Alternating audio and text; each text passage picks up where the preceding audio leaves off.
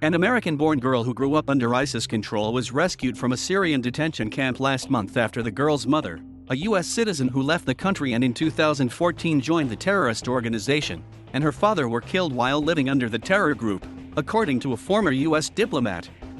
The 8-year-old girl is in a secure location in northeast Syria and on Saturday was interviewed by a member of the International Center for the Study of Violent Extremism about her life under ISIS. The diplomat, Peter Galbraith, 70, has worked for the past 3 years to repatriate foreign women and children from detention camps that hold tens of thousands of people linked to ISIS. The camps are run by the Kurdish-led, U.S.-allied Syrian Democratic Forces.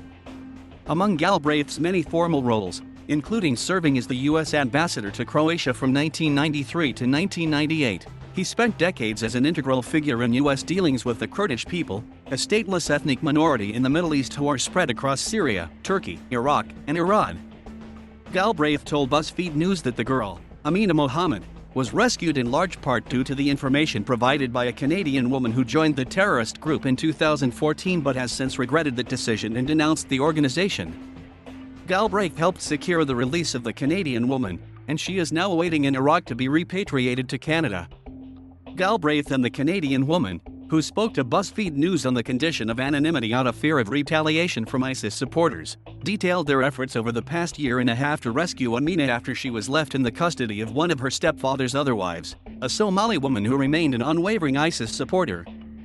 As the SDF reclaimed territory from the terrorist group, Amina and her caretaker would eventually be forced to settle in a Syrian camp for people linked to ISIS. Amina's caretaker and her companions had gone to great lengths to hide her from the Kurdish guards who patrol the camps and anyone who might report that they had custody of an American girl.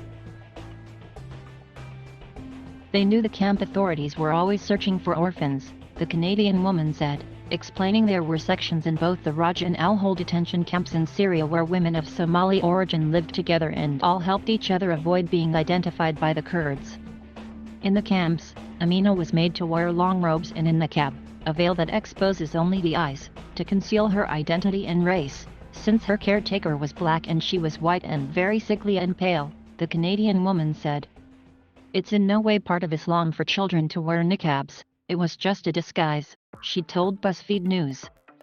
On the night of July 17, a team of SDF soldiers descended on the Somali enclave within the Raj camp and retrieved Amina, according to messages sent to Galbraith from a senior SDF official who had been briefed on the raid. Amina's future remains uncertain. U.S. officials from the State Department, FBI, and Department of Defense declined all requests for comment on her specific case. A State Department spokesperson would not confirm whether she had been rescued from the detention camp and if they are involved with her return to the U.S., but said that the country's official policy is to repatriate, prosecute when appropriate, rehabilitate when possible, and reintegrate their foreign terrorist fighter nationals and associated family members currently in northeast Syria and Iraq. There is a formal process, which includes DNA testing, to determine the citizenship status of orphaned children before they are returned to the U.S. The return to America would be the beginning of a life unlike anything Amina has known. She has spent more than 7 years under terrorist ideology in a war-torn country with little schooling and no health care.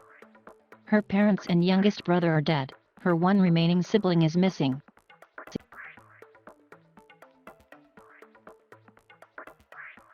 Thank you for watching. Please subscribe.